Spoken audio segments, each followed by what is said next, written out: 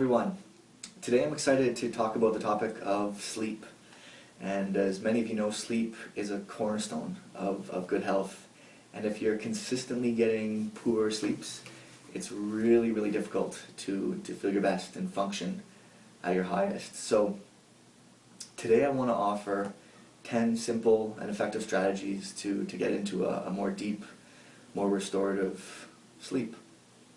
So the very first thing that is important to look at in your sleeping space is the influence of electromagnetic radiation. And an electrical field is simply an invisible field that's emitted from an electrical device, but science is showing more and more how these electrical fields are influencing our bodies, specifically our cells. So in the topic of sleep, the electrical field is influencing our pineal gland's ability to secrete melatonin. So as you all know, melatonin is important, or is a critical hormone at getting us into a deep, restful sleep. So these devices, this electromagnetic radiation is interrupting this secretion. So it's really important to remove things like cell phones, cordless phones, alarm clocks, bedside lamps, laptops, TVs, even some people are using electrical blankets. These need to be removed entirely. More and more people too are using Wi-Fi or wireless routers in their homes, and it's really important before you go to bed to just unplug these from the wall so that your body can rest completely. The second strategy to look at is regulating your blood sugar. Many people come in who are complaining about poor sleep usually complain that they're waking around 3 or 4 in the morning, and there are a lot of reasons why this could be so, but one of the main reasons is a plummeting blood sugar. So their blood sugar is dropping, and then the adrenal glands are kicking on and secreting adrenaline and cortisol, and this is rising the body. This is getting the body into a sympathetic state, a state that we do not want to be in the middle of the night. So one of the main culprits here is a sugary snack or a refined carbohydrate before bed. So it's really important that if you're waking at this time and you feel like your mind is really racing and your body feels buzzing almost, it's really important to look at what you're snacking on through the evening and night. If you do have the tendency towards irregular blood sugar, it can be helpful to have a small protein snack to stabilize your sugar through the night. The third thing you want to look at is the removal of all food sensitivities.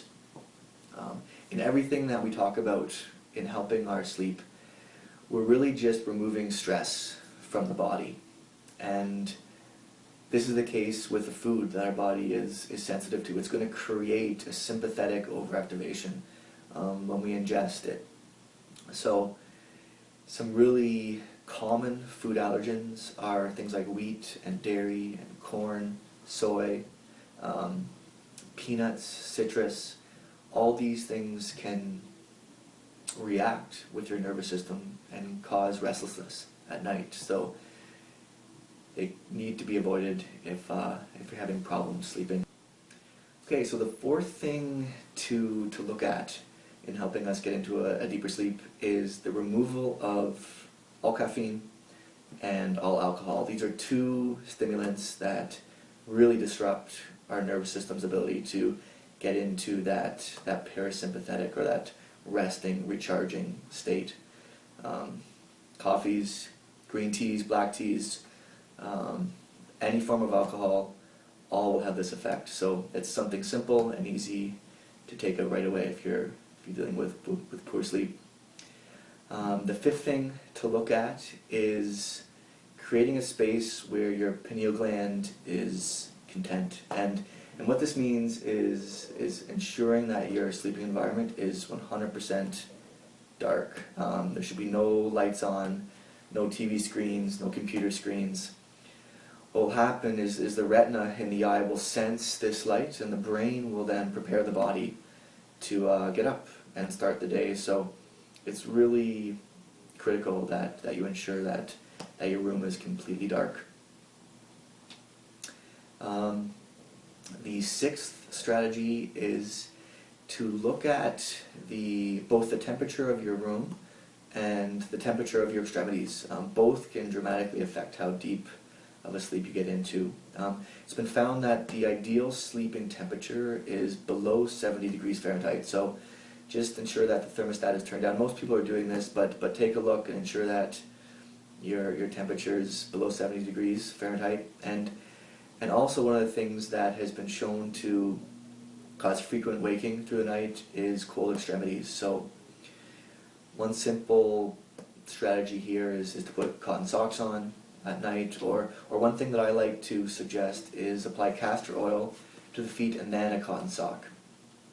But this will have a dramatic effect on circulation in the lower extremity, and it'll help raise the temperature of the body. Okay, so the seventh sleeping strategy that I want to offer is to set a regular sleeping schedule. And not just a regular sleeping schedule, but a regular early sleeping schedule. I recommend to most people who are having difficulty with sleep to go to bed at around 10 p.m. And there are a couple reasons for this, and they have to do primarily with the adrenal glands and the gallbladder. The gallbladder is an organ that is most active between the hours of 11 p.m. and 1 a.m. And the gallbladder, as many of you may know, is responsible for helping the body detoxify. And so it dumps a lot of the toxins for elimination between these hours. If we're not sleeping during these hours, we miss that detox potential that comes with this gallbladder time. So it's really important that we're sleeping before 11 p.m. Also, the adrenal glands do a lot of their recharging during these hours. So it's really important for the replenishment of that organ system that we're in bed early as well. Now, in respect to a sleep schedule, it's also really important to set the hour before bed to activities that will promote parasympathetic activity, to activities that will transition the nervous system from a sympathetic state into a more relaxed parasympathetic state. And common examples of these are things like meditation or deep breathing, a long bath, massage with a partner, and any of these things will help prepare the nervous system for rest.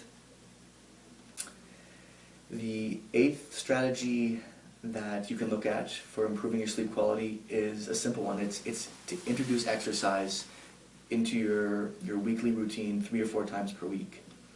One of my favorite forms of exercise right now is high-intensity interval training, and I can leave more information at the bottom of the post in respect to this, but if you're having difficulty sleeping, it's critical that you incorporate some form of exercise into your week. The ninth strategy that I want to offer to help with sleep is techniques to quiet the mind. By far the number one cause of sleeplessness in patients is erasing thoughts or an inability to turn their mind off. So 2 of my favorite techniques to help with this are one, a writing exercise, simply devoting 20 minutes before bed to writing down thoughts, feelings, memories, anything that's coming up, any thought, any feeling that you're unable to resolve, and that's keeping your body in a sympathetic state, should just be written down in an uninterrupted flow. And this will allow you to move that information, or move those feelings from an area of the brain where they're stored to an area of the brain where they can be processed more effectively. And the second technique to help quiet the mind is a technique called mental field therapy. It's also referred to by some people as emotional freedom technique or thought field therapy. But this is a technique that combines tapping different acupressure points, and reciting a dialogue, a certain individualized dialogue, to help resolve feelings or repattern beliefs, essentially helping the body transition into a parasympathetic state. So the 10th and final strategy is actually 2 suggestions that I want to make. The first is to do with the bladder. If you're the type of person who is being constantly interrupted by the need to urinate, then simply stop drinking any fluids 2 hours before going to bed. And this generally allows the bladder to relax and allows you to sleep through the night. And the second part is to get your body checked for parasites. But many people don't understand, even in the medical community, that parasites play a role in how we feel through the day, and especially how we feel at night. And it's specifically the toxins that they secrete to ensure their survival that irritates the nervous system.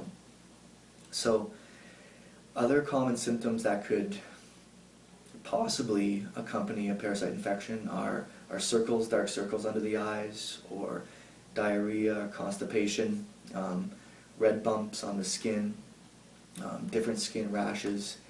These can also be signs that your body is infected with a parasite. So if you feel restless in your body at night, if your legs are restless specifically, it's a good idea to get your body checked for parasites. So there are the 10 sleeping strategies. I hope some of them can be applied in your lives. If you have any questions at all about the information, please feel free to leave a comment or a question at the bottom of the post, and I'll be sure to return it. Thanks, guys.